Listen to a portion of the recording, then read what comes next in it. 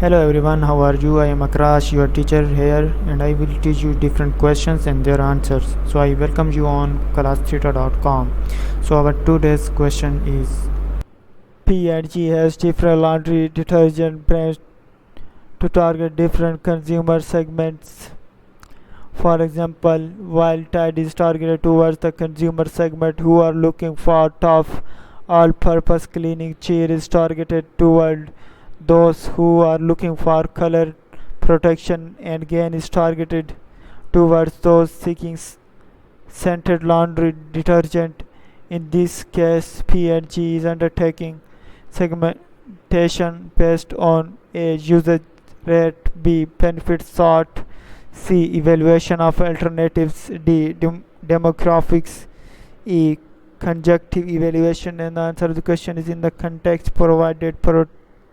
Procter and Gamble P&G is undertaking segmentation based on B. Benefit sought. Explanation: segmentation based on benefit sought involves dividing the market into segments based on the specific benefits or attributes that different consumer groups seek in a product. In this case, P&G has different laundry detergent brands that target different consumer segments based on the specific benefits they seek.